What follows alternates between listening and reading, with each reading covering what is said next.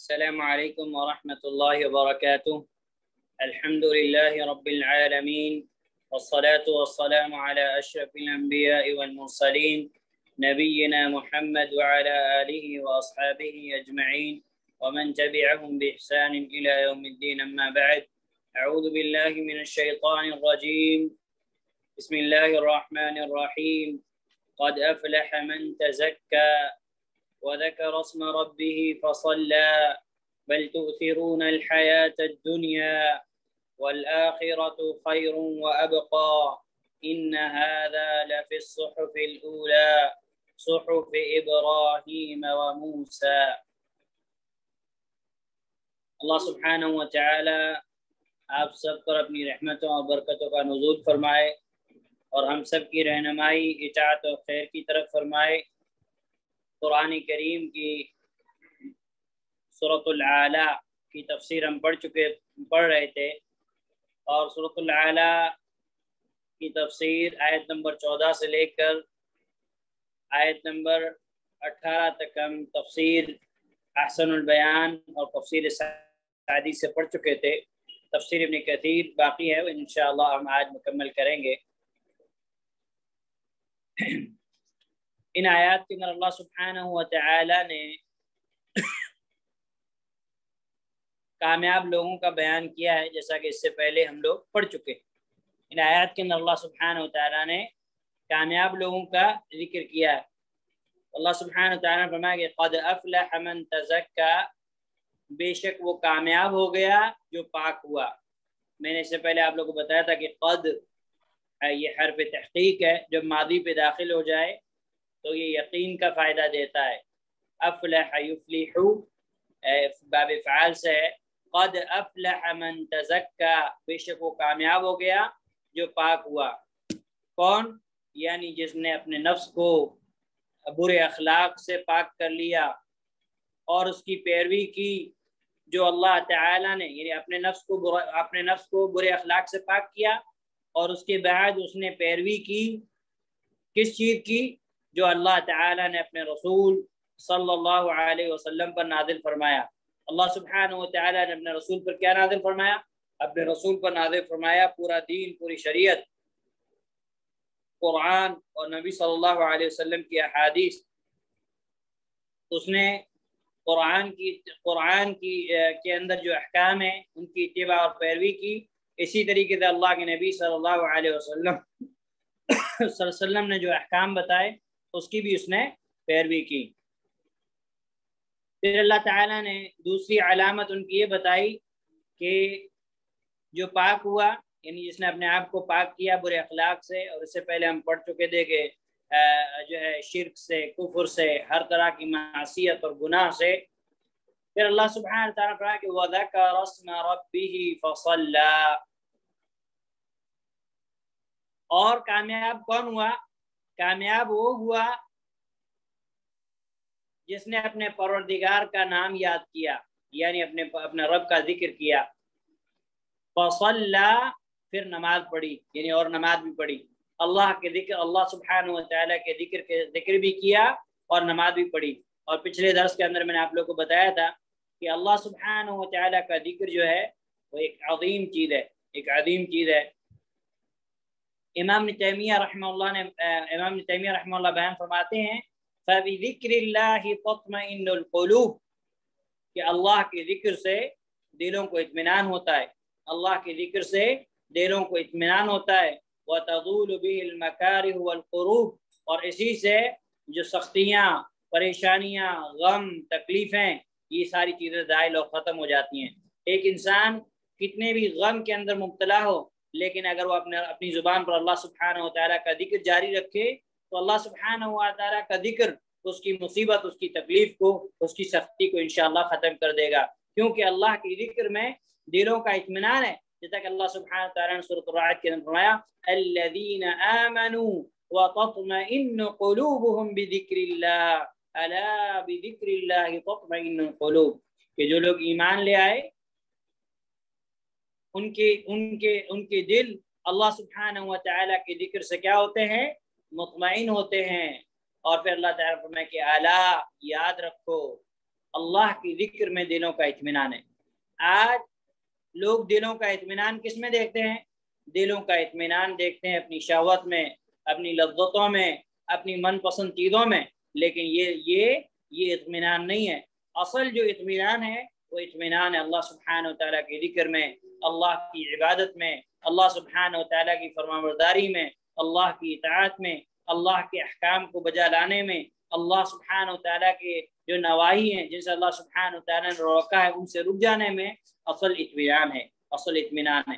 اس لیے آپ دیکھیں کہ ایک انسان چاہے دنیاوی اعتبار سے کتنا ہی خوش کیوں نہ ہو، اس کے پاس کتنا ہی مال کیوں نہ ہو، اس کے پاس کتنی ہی گاڑیاں یا بنگلے کیوں نہ ہو، لیکن اگر وہ اللہ سبحانہ و تعالیٰ کے قریب نہیں ہے تو وہ اپنی زندگی کی وحشت کے اندر گزارتا ہے، اسے دلی طور پر اطمینان نہیں ہوتا، وہ کبھی مطمئن نہیں ہوتا۔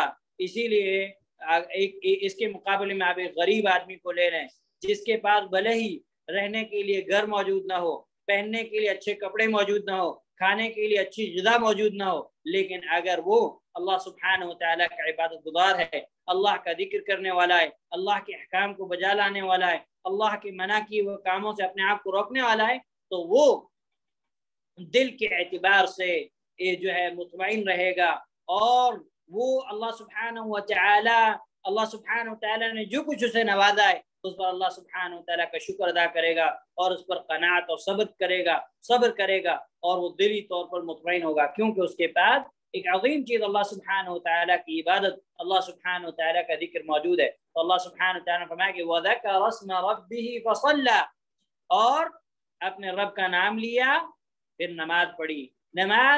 نماز جو ہے اطمینان کا ذریعہ ہے، اسی لیے بے نمازی کبھی بھی اطمینان حاصل نہیں کر سکتا۔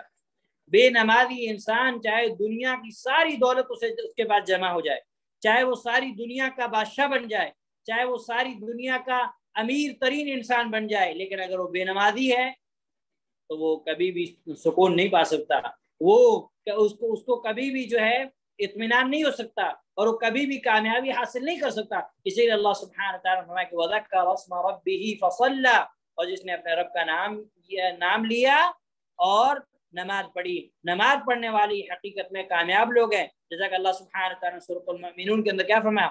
قَدْ أَفْلَحَ الْمُؤْمِنُونَ الَّذِينَ هُمْ فِي صَلَاتِهِمْ خَاشِعُونَ، تحقیق کے مومن کامیاب ہو گئے، کون؟ جو اپنی نماز کے اندر خشوع و خضوع اختیار کرتے ہیں۔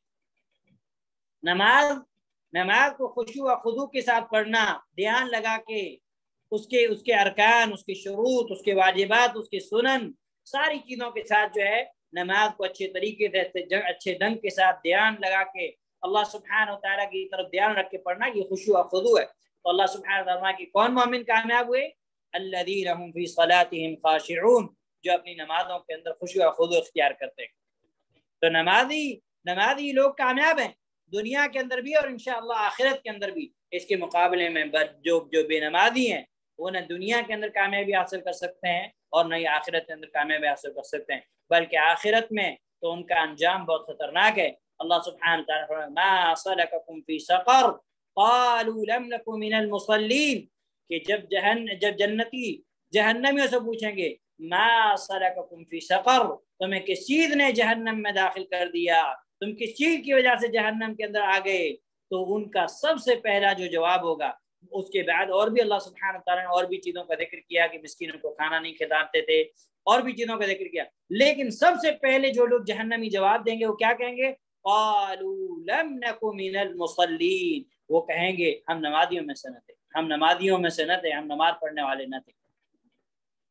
بے نمازی کے لیے جہنم کی وعید ہے، اور اللہ سبحانہ و تعالیٰ نے جو سرے سے نماز چھوڑ دیتے ہیں ان کے لیے تو جہنم ہے ہی، بلکہ جو نمازوں کے اندر کاہلی اور سستی کرتے ہیں ان کو بھی اللہ سبحانہ و تعالیٰ نے جہنم کی جو ہے وعید سنائی۔ اللہ سبحانہ و تعالیٰ فرمایا فَوَيْلٌ لِّلْمُصَلِّينَ الَّذِينَ هُمْ عَنْ صَلَاتِهِمْ سَاهُونَ، ویل ہے، تباہی ہے، بربادی ہے، ہلاکت ہے، جہنم ہے ان لوگوں کے لیے جو اپنی نمازوں کے اندر سستی اور غفلت کرتے ہیں۔ اور اہل علم نے ساہون سے یہ مراد دیا ہے کہ یہاں سستی سے مراد یہ ہے کہ نماز کو صحیح طریقے سے ادا نہ کرنا، سنت کے مطابق نماز کو وقت پہ ادا نہ کرنا، نماز ادا کرنا دھیان کہیں اور ہونا، یہ ساری چیزیں اس کے اندر شامل ہیں۔ یہ ساری چیزیں وقت کے میں تاخیر کر کے پڑھنا، اپنی مرضی سے پڑھنا، یہ ساری چیزیں اس کے اندر جو ہے وہ داخل ہیں۔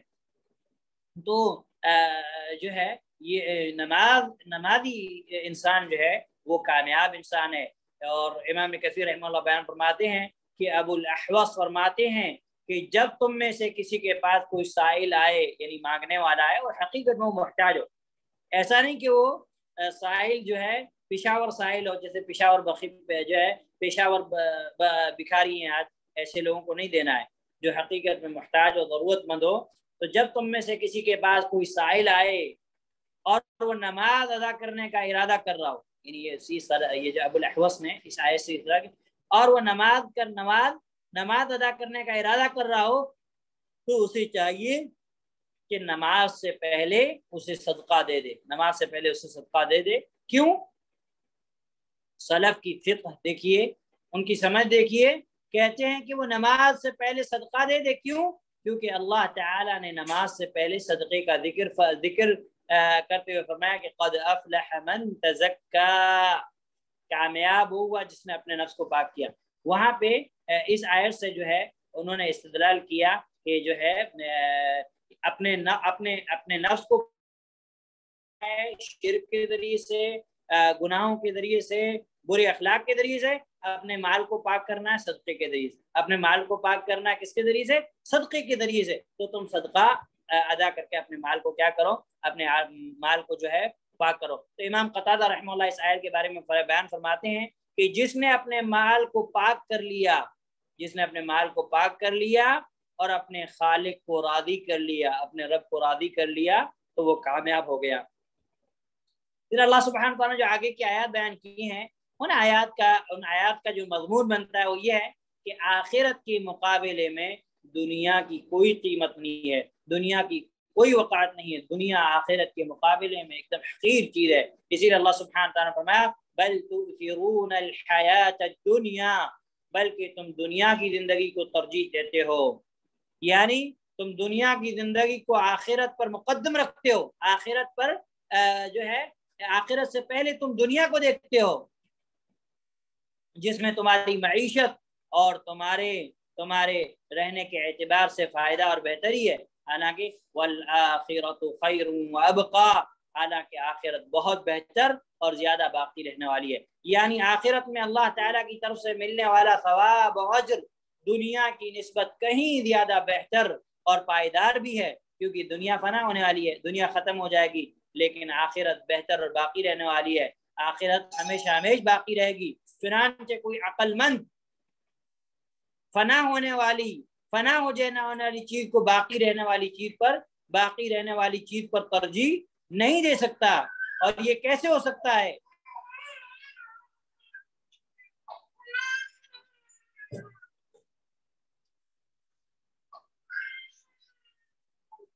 اور یہ کیسے ہو سکتا ہے کہ ایک عقل مند انسان جو گاٹے کا سودا ہے، جو فنا ہونے والی چیز ہے، ختم ہونے والی چیز ہے، اس کو آخرت پر ترجیح دے جو کہ باقی رہنے والی ہے؟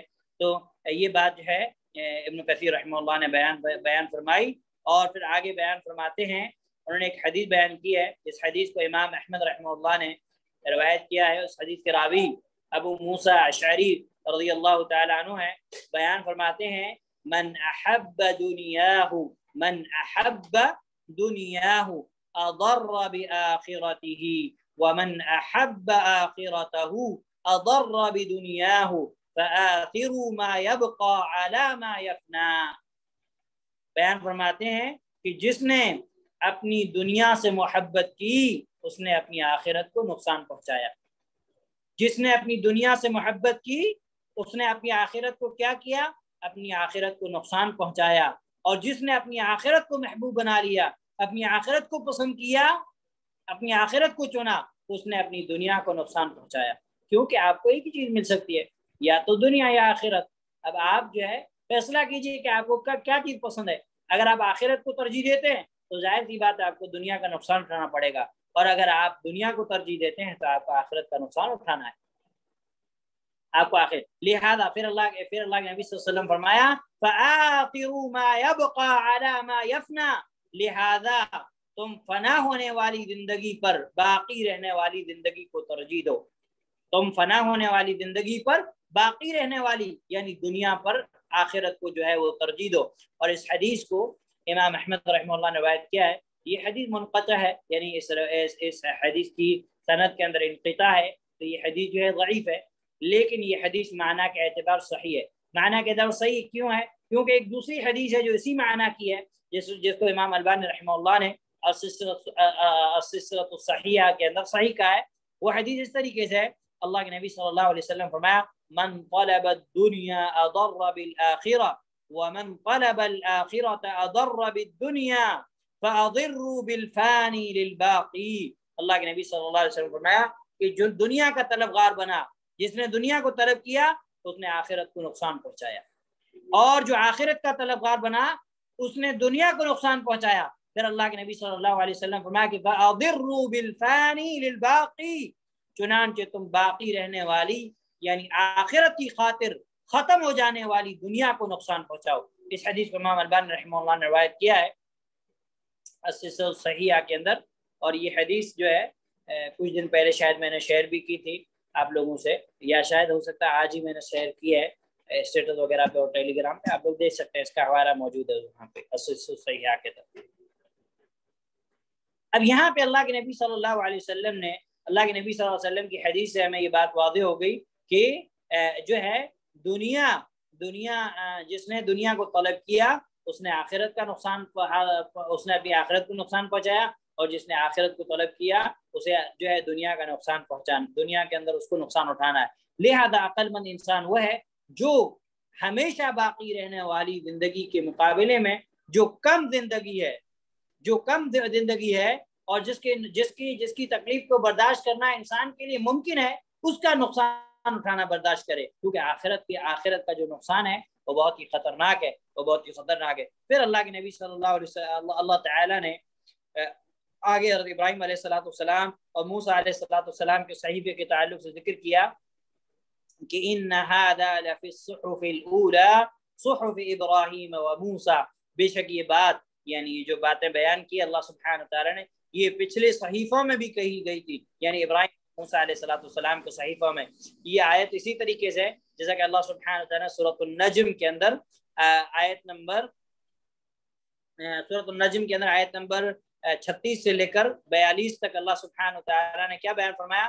ام لم ينبأ بما في صحف موسى وإبراهيم الذي وفى ألا تزر وازرة وزر أخرى وأن ليس للإنسان إلا ما سعى وأن سعيه سوف يرى ثم يجزاه الجزاء الأوفى وأن إلى ربك المنتهى. کیا اسے ان باتوں کی خبر نہیں دی گئی؟ کیا اسے ان باتوں کی خبر نہیں دی گئی جو موسیٰ علیہ السلام کے صحیفوں میں ہے اور ابراہیم علیہ السلام کے صحیفوں میں ہے، جس نے عہد پورا کیا یہ کہ کوئی بوجھ اٹھانے والی جان کسی دوسرے کا بوجھ نہیں اٹھائے گی. یعنی یہ اللہ سبحانہ تعالیٰ کا ایک اصول ہے کہ کوئی انسان کسی دوسرے انسان کا بوجھ نہیں اٹھائے گا. یہ نہیں ہے کہ آپ کے گناہ کے بدلے اللہ سبحانہ وتعالی کسی اور کو جو ہے سزا دے دے.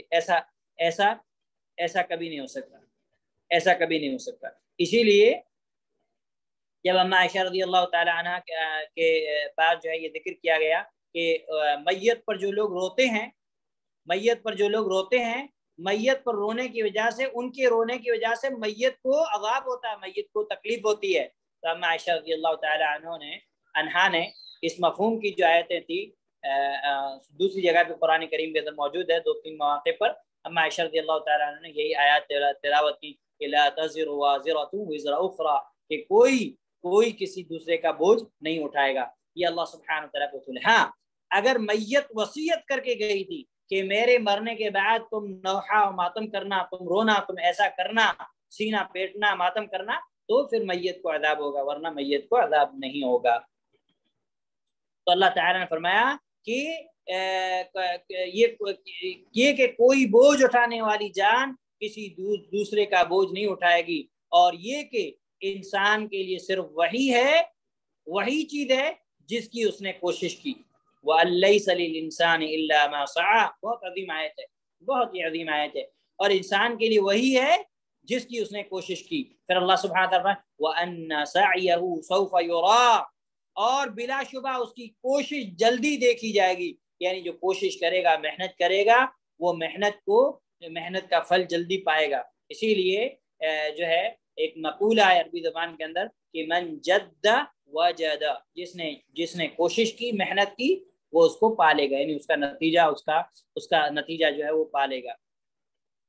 تو یہ آیت بھی ہمیں یہی مفہوم دیتی ہے کہ وَلَيْسَ لِلْإِنسَانِ إِلَّا مَا سَعَىٰ وَأَنَّ سَعْيَهُ سَوْفَ يُرَىٰ، کہ انسان کے لیے وہ وہی چیز ہے جس کی وہ کوشش کرے، اور اپنی کوشش کا پھل اور نتیجہ اسے جو ہے وہ جلدی مل جائے گا۔ پھر اللہ سبحانہ وتعالیٰ فرمایا ثُمَّ يُجْزَاهُ الْجَزَاءَ الْأَوْفَىٰ، پھر اسے پوری جزا دی جائے گی۔ جب قرآن کریم کے اندر جو ہے آئے تو اس سے مراد جو ہے نیکیوں کا بدلہ، اور جب عقاب آئے تو اس سے مراد جو ہے برائیوں کا بدلہ۔ تو اللہ سبحانہ وتعالیٰ فرمایا کہ پھر اسے پوری جزا دی جائے گی، اور بے شک سب آپ کے پروردگار کے پاس ہی ٹھکانہ ہے، یعنی جتنے بھی ہیں سب کا اللہ سبحانہ وتعالیٰ کے پاس ٹھکانہ ہے۔ یہ یہاں دنیا میں کتنا بھی جو ہے موج مستی کر لیں، کتنا بھی رہ لیں، لیکن آخر کار یہ ان کا ٹھکانہ جو ہے وہ اپنے رب کے پاس ہے، وہیں جانے والے ہیں۔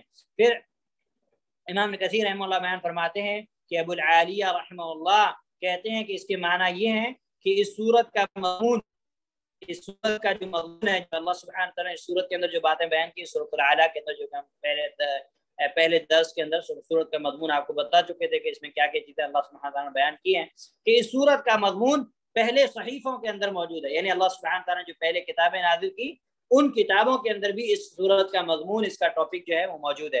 ابن جریر رحمہ اللہ نے اس قول کو اختیار کیا ہے۔ امام ابن جریر رحمہ اللہ نے، امام ابن جریر الطبری رحمہ اللہ جو کہ مشہور مفسر ہیں اور مشہور سلف ہیں، انہوں نے اسی قول کو اختیار کیا ہے، کیا کہ جو اس صورت کے اندر جو باتیں بیان کی ہیں، اس صورت کا مضمون پہلے صحیفوں کے اندر موجود ہے۔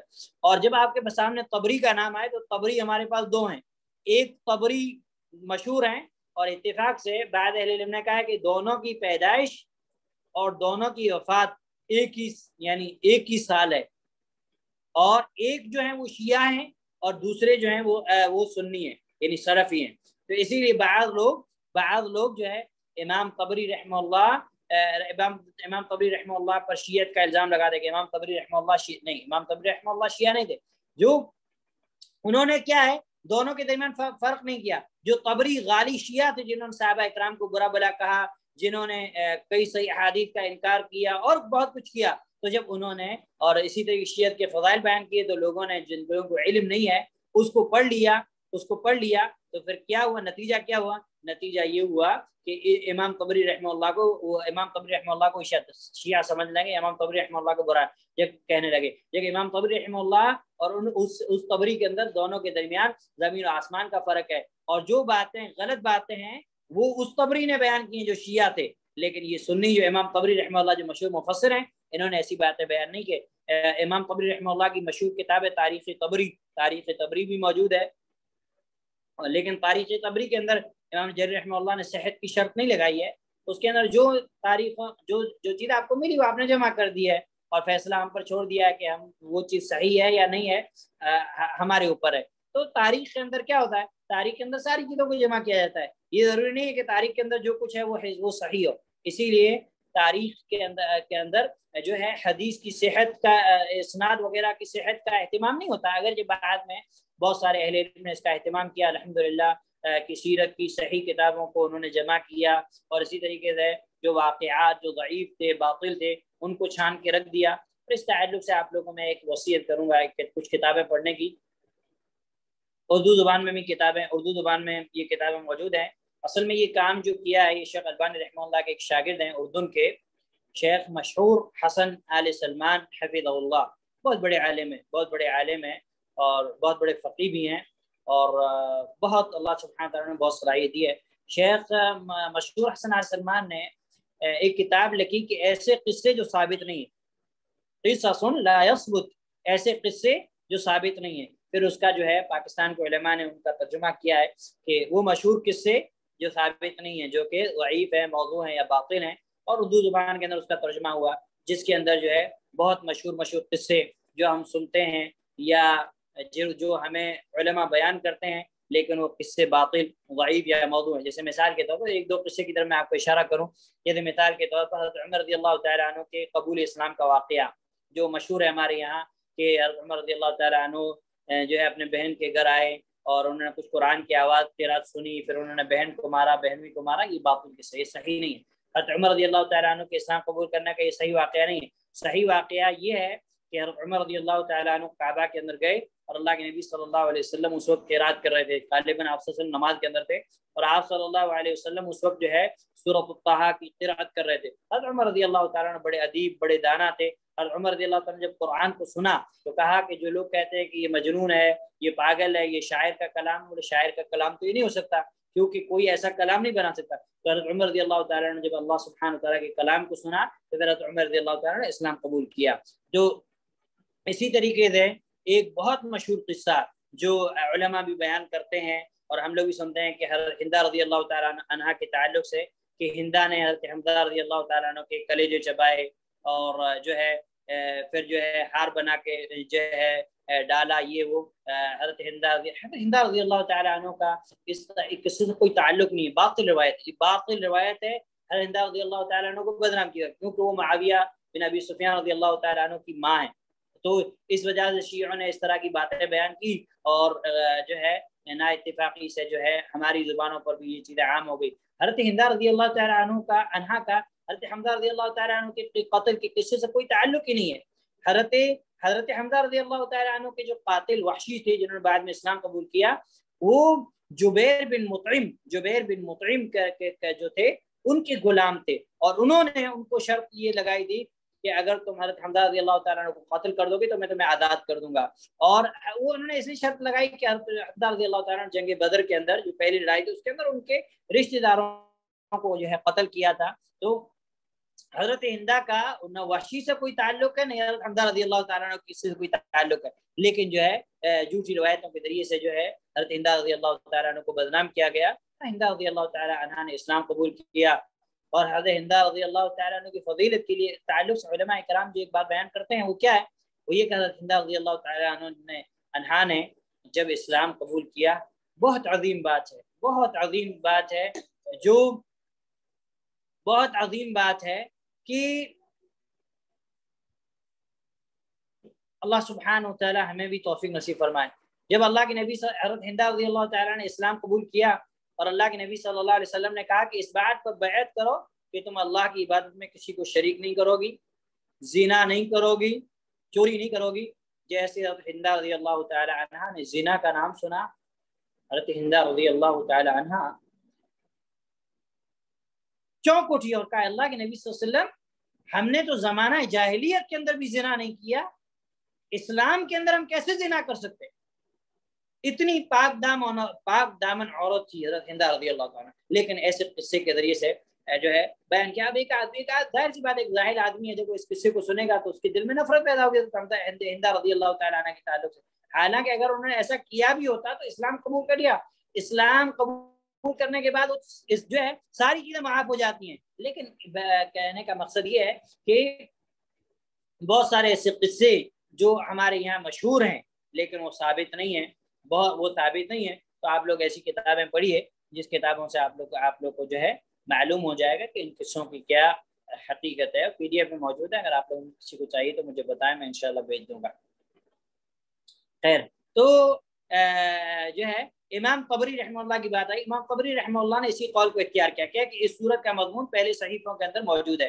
پھر اللہ سبحانہ وتعالی نے فرمایا کہ اللہ سبحانہ وتعالی نے یہ بات بیان کی کہ ان هذا, کہتے ہیں امام کثیر رحمہ اللہ امام جریر رحمہ اللہ نے جس قول کو اختیار کیا ہے وہ ابھی آ رہا ہے. مجھ سے غلطی ہوئی, میں نے پہلے والا قول کہہ دیا.